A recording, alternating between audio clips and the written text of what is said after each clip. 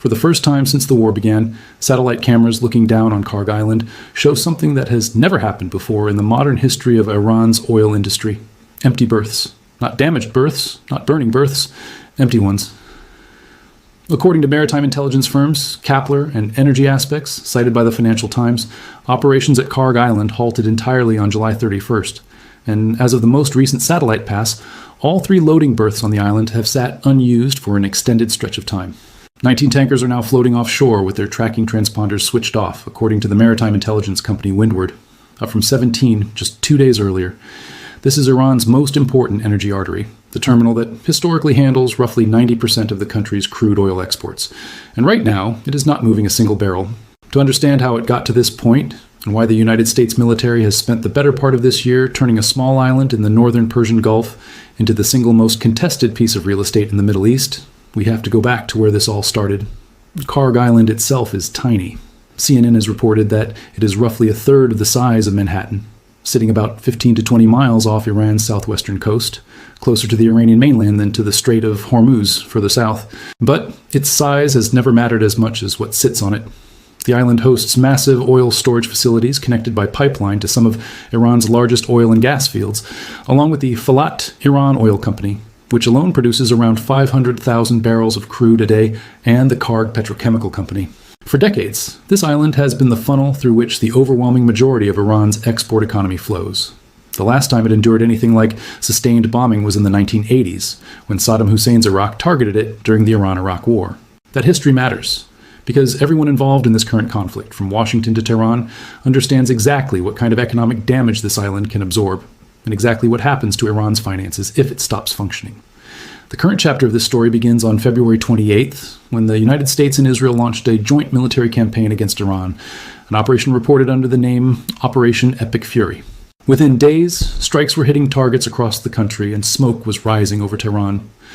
According to reporting from the Mirror, 13 American troops had already been killed in the conflict in its opening phase. This was not a limited strike package. It was the beginning of a sustained war. And Kharg Island, given its centrality to Iran's economy, was always going to become a target sooner or later. That moment arrived on March 13th, when the United States Air Force carried out what U.S. Central Command described as a large-scale precision strike on Kharg Island. According to CENTCOM's own statement, the operation hit more than 90 separate military sites on the island, destroying what the command called naval mine storage facilities, missile storage bunkers, and multiple other military installations. Joint Chiefs of Staff Chairman Dan Kane said the strikes targeted, in his words, all of Kharg's military-only infrastructure, including air defenses, a naval base, and mine storage and deployment facilities.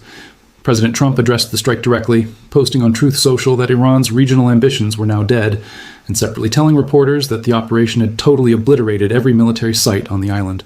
He described it as one of the most powerful bombing raids in the region's history and stated it had been carried out on his direct orders.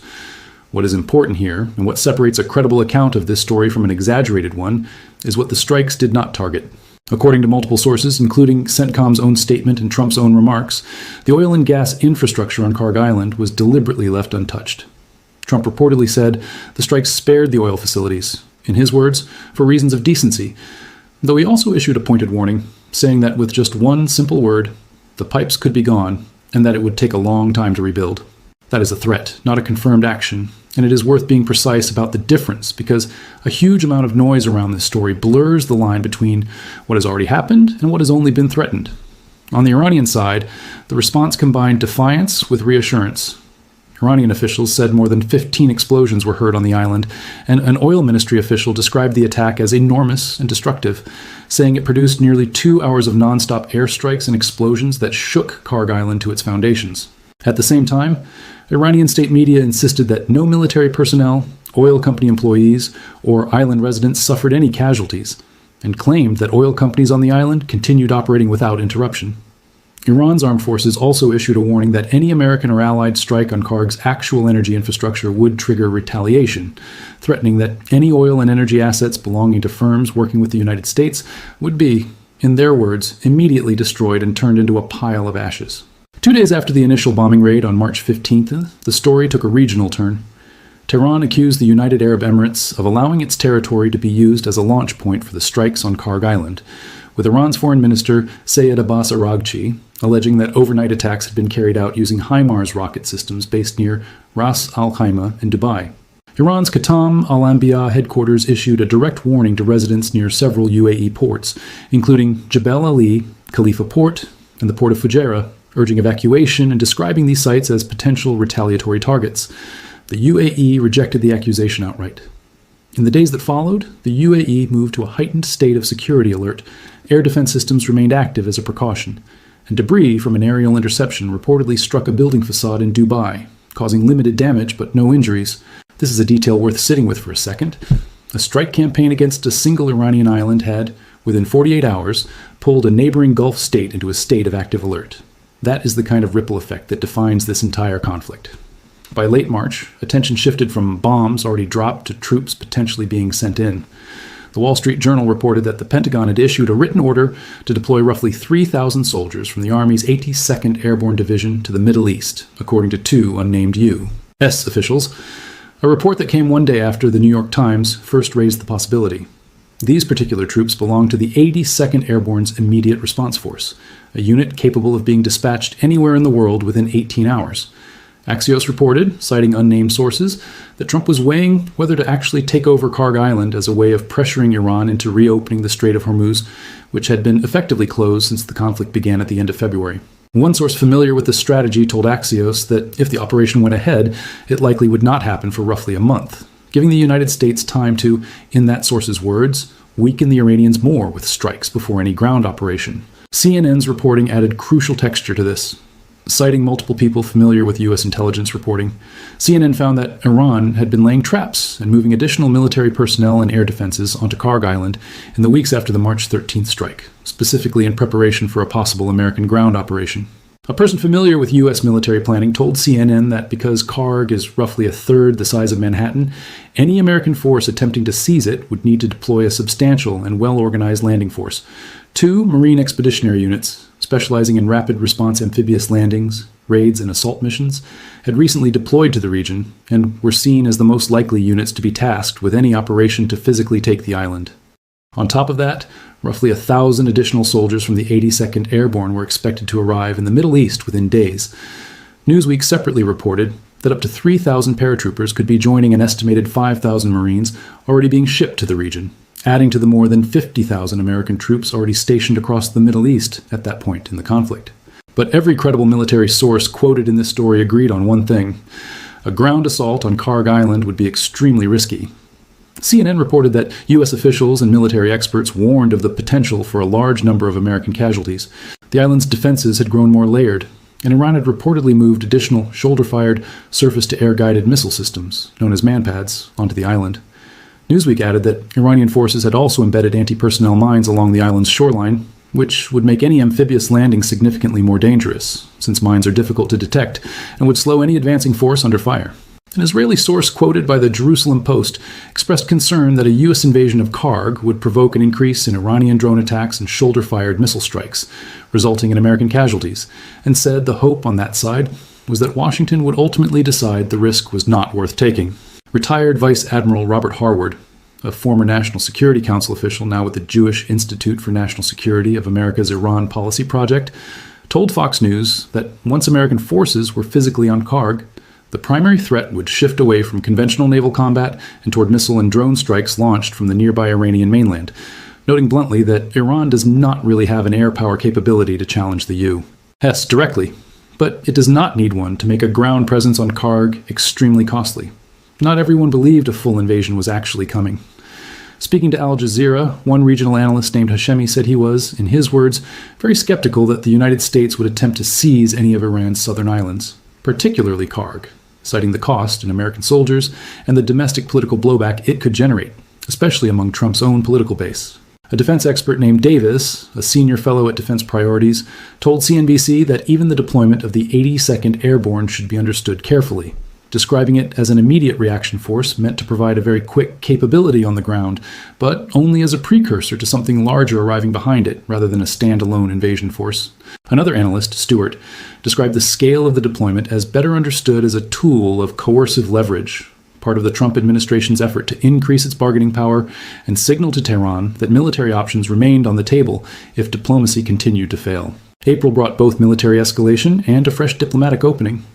On April 7th, Reuters and Axios reported, citing a senior U.S. official, that the American military had once again struck military targets on Kharg Island, with CNN's Jim Sudo confirming that the strikes deliberately avoided oil facilities in line with the pattern set in March. Around the same period, Trump instituted a formal naval blockade, barring ships from entering or leaving Iranian ports through the Strait of Hormuz.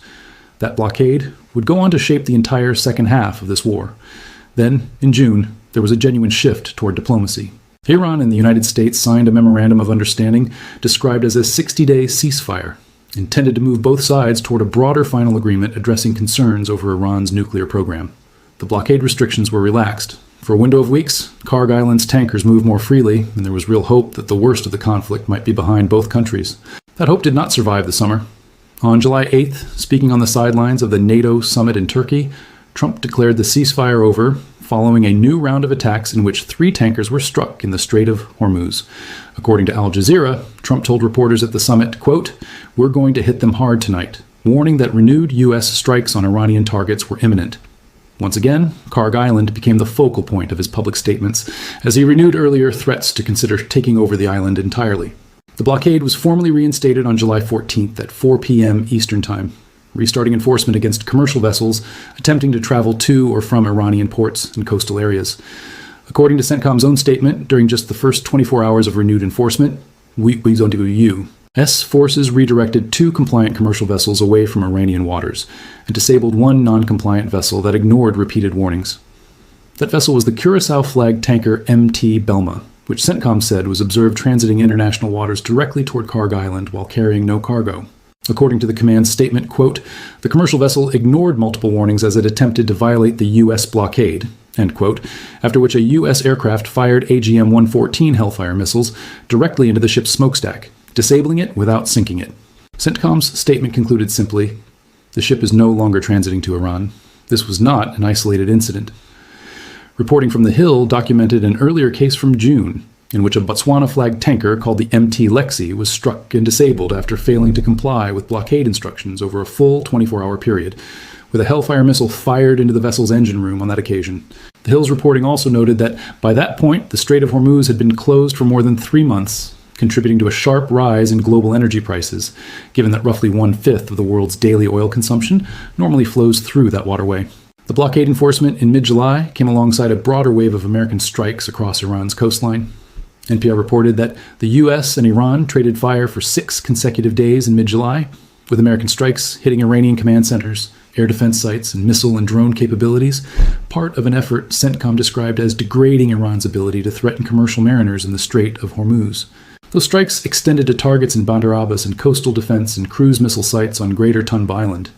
Separately, Al Jazeera reported that U.S. forces struck Iran's Keshem, Kish, and Abu Musa islands during this same period, alongside continued pressure on port cities along Iran's southern coast, reviving a question that had lingered over the conflict since its earliest weeks. Was Washington actually preparing to seize Iranian territory outright, or was this sustained pressure meant to force Tehran back to the negotiating table? Interestingly, in the middle of this military escalation, Trump also made an economic reversal.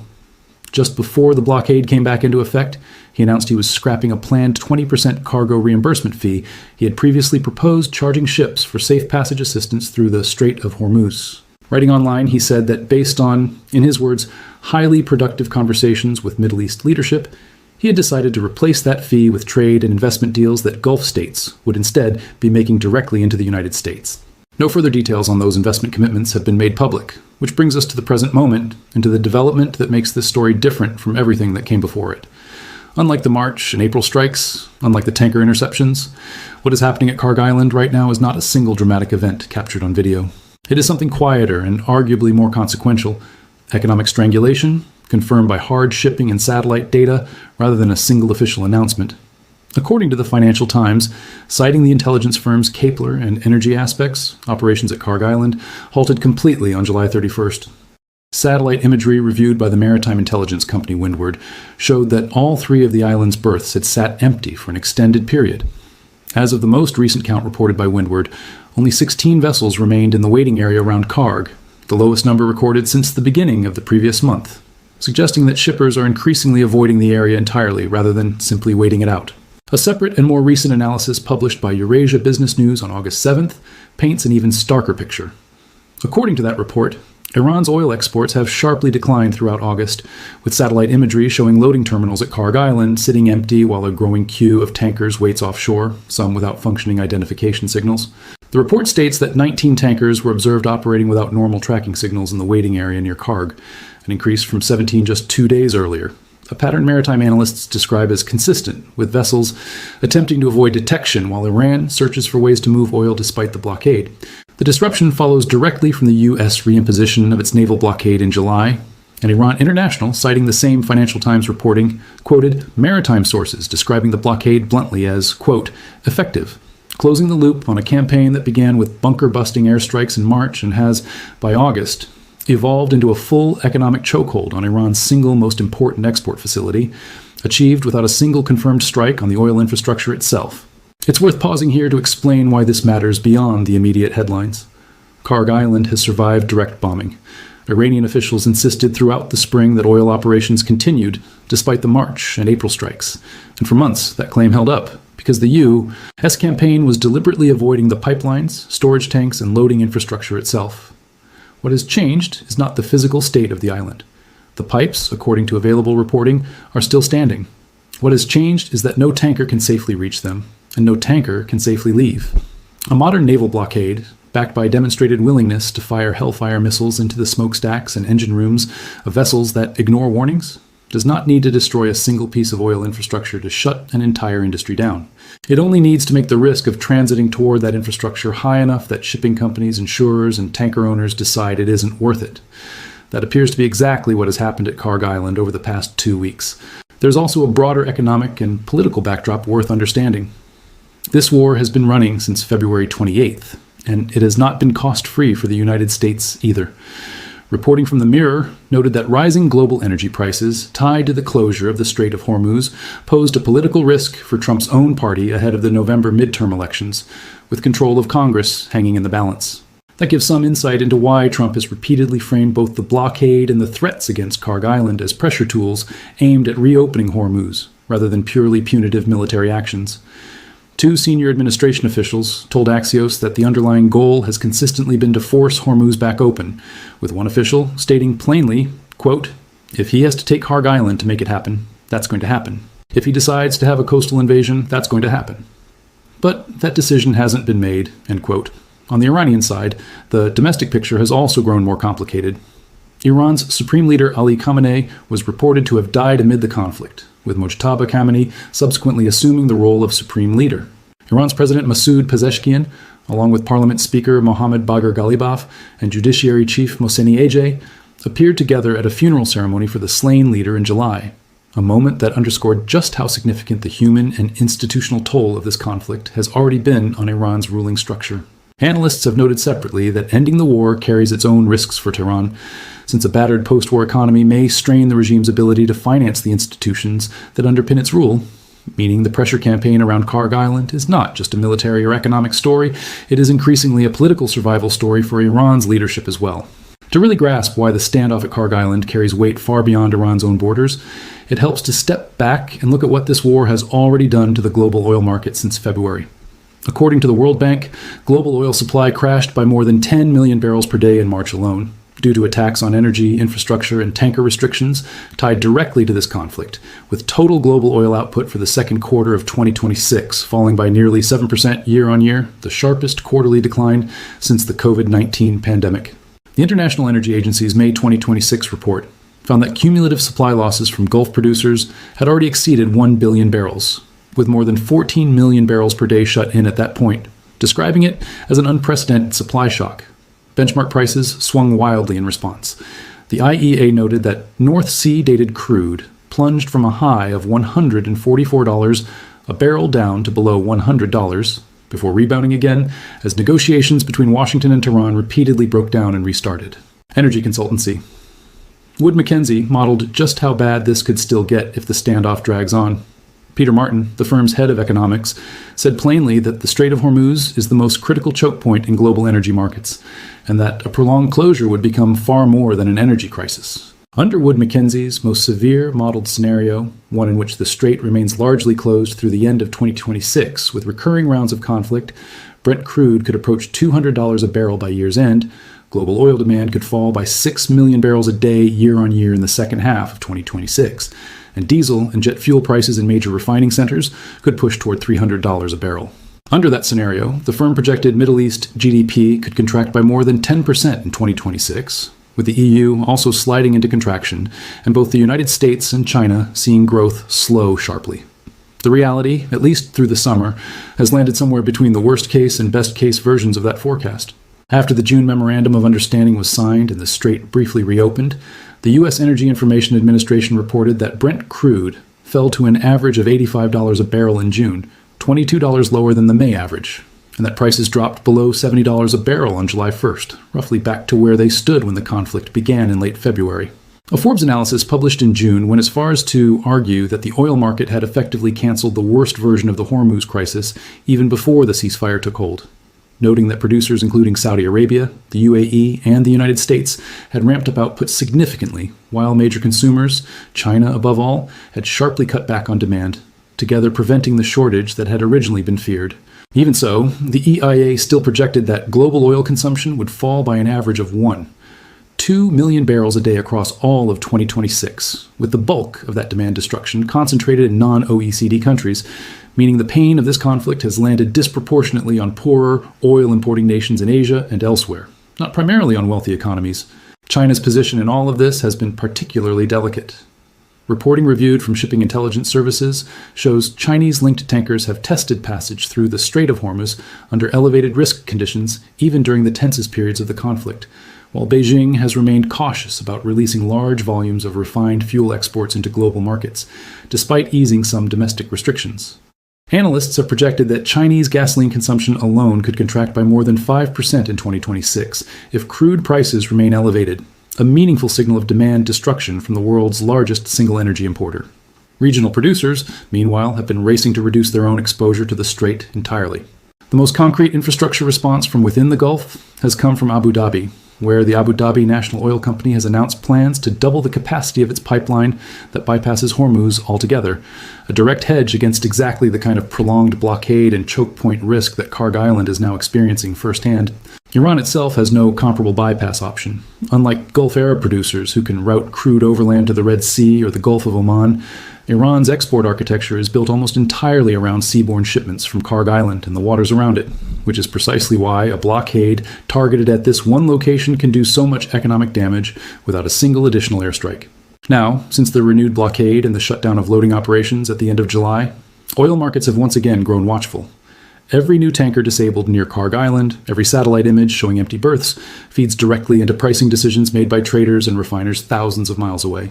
The pattern this conflict has shown repeatedly since February is that oil prices react less to the physical destruction of infrastructure and more to uncertainty over access, which is exactly why the current standoff, quiet and undramatic on video as it may be, is being watched by energy markets every bit as closely as the airstrikes were back in March. Ghalibaf, for his part, has publicly acknowledged the tension, warning that Iran is closely monitoring all American troop movements in the region, particularly around potential deployments tied to the 82nd Airborne and the Marine Expeditionary Units sent earlier in the conflict. One Iranian lawmaker told CNBC that Tehran was actively anticipating a potential ground invasion of one of its islands, even as the White House separately described talks with Iran as, quote, productive, a characterization Tehran itself has denied. So where does that leave things as of today? The verified facts are these. The United States carried out a major confirmed airstrike campaign against military infrastructure on Kharg Island in March, followed by a second confirmed strike in April, both of which CENTCOM and Trump himself have publicly acknowledged, and both of which reportedly avoided the island's oil infrastructure. A ground invasion of Kharg Island has been seriously discussed at the highest levels of the Trump administration, with real troop deployments, including elements of the 82nd Airborne Division and 2 Marine Expeditionary Units, moved into the region, specifically with that scenario in mind, according to CNN's reporting on U.S. intelligence assessments. That invasion, as of the most recent reporting available, has not happened. It remains a threatened and planned option, not a confirmed event, and it is important to be precise about that distinction rather than presenting speculation as fact. What has happened And what is verified through multiple independent maritime intelligence sources, including Kpler, Energy Aspects, and Windward, along with reporting from the Financial Times and Iran International, is that the naval blockade reinstated in mid-July has succeeded in bringing operations at Kharg Island to a complete standstill since July 31st, with tankers backing up offshore and Iran's single most important source of export revenue effectively paralyzed, not through bombs, but through the credible threat of force applied at sea. Now, in fairness to the full picture, there are elements of this story that remain contested or unverified, and it would be dishonest to present them otherwise. Iran's own state media has consistently downplayed the extent of damage from the March and April strikes, insisting that all sectors on Kharg Island continued routine operations in the immediate aftermath, a claim that is difficult to independently verify given the lack of on-the-ground access for international journalists. The exact current military posture on Kharg Island, including how many additional troops, mines, and air defense systems Iran has actually installed since CNN's March reporting, has not been independently confirmed beyond intelligence assessments described anonymously to reporters. Whether the Trump administration has made a final decision on any ground operation remains explicitly unconfirmed, according to the administration's own officials speaking to Axios. And claims from Iranian officials that the UAE hosted the launch platforms for the March strikes were denied by the UAE and have not been independently corroborated by other named sources. The sourcing behind everything else in this account draws from named checkable outlets and officials. I assume Central Command's own public statements, Joint Chiefs, Chairman Dan Kane, President Trump's own remarks and Truth Social posts, Reuters, CNN, NPR, Al Jazeera, Fox News, CNBC, The Financial Times, The Hill, Newsweek, The Jerusalem Post, Iran International, and the maritime intelligence firms Kpler, Energy Aspects, and Windward, alongside Iranian officials, including Foreign Minister Araghchi and Parliament Speaker Ghalibaf. Where those sources disagree, particularly on the scale of damage inside Iran or the true intentions behind troop movements, that disagreement has been noted rather than resolved artificially in favor of one side. It's also worth noting how this current phase differs in character from everything that came before it on Kharg Island. The March strike was loud. It was a declared, on-the-record military operation announced by the president himself within hours, with a body count of targets, 90-plus sites, given publicly by the Joint Chiefs chairman. The April strike followed the same pattern, confirmed quickly by a senior U.S. official speaking to Axios and reported almost immediately by Reuters and CNN. Those were events with clear start times and clear official confirmations. What is happening now is structurally different. There was no press conference announcing that Kharg Island's berths would go empty. There was no CENTCOM statement declaring victory over the terminal's export capacity. Instead, the story emerged gradually through commercial shipping data, through satellite trackers counting idle vessels, through intelligence firms whose entire business is watching exactly this kind of quiet economic damage unfold in real time. That is arguably why so many people have not yet grasped how significant the current situation actually is. A burning oil terminal makes for dramatic footage. An empty loading berth, sitting perfectly intact but completely unused, does not look like news, even though the economic effect on Iran may end up being just as severe, if not more severe, than a direct strike on the pipelines themselves would have been. What happens next at Kharg Island is genuinely uncertain. Iran has shown, through the price it has been willing to pay so far, that reopening full operations at Kharg matters enormously to Tehran, and that it will keep testing the blockade with vessels like the Belma and the Lexi, betting that some will get through. The United States has shown, through the Hellfire strikes on both of those tankers, that it intends to enforce this blockade with force rather than paperwork.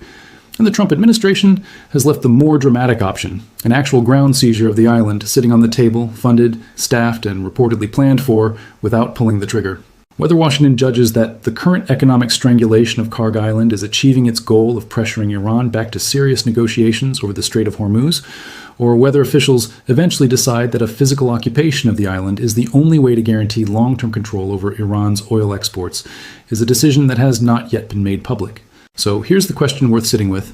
Given everything laid out here, the strikes, the blockade, the stalled tankers, and the troops still positioned and waiting in the region, do you think the United States achieves more by keeping Kharg Island paralyzed through blockade pressure, the way it currently stands? Or do you think an actual ground operation becomes inevitable the longer this standoff continues? Let us know what you think in the comments. Thanks for watching, and we'll see you in the next one.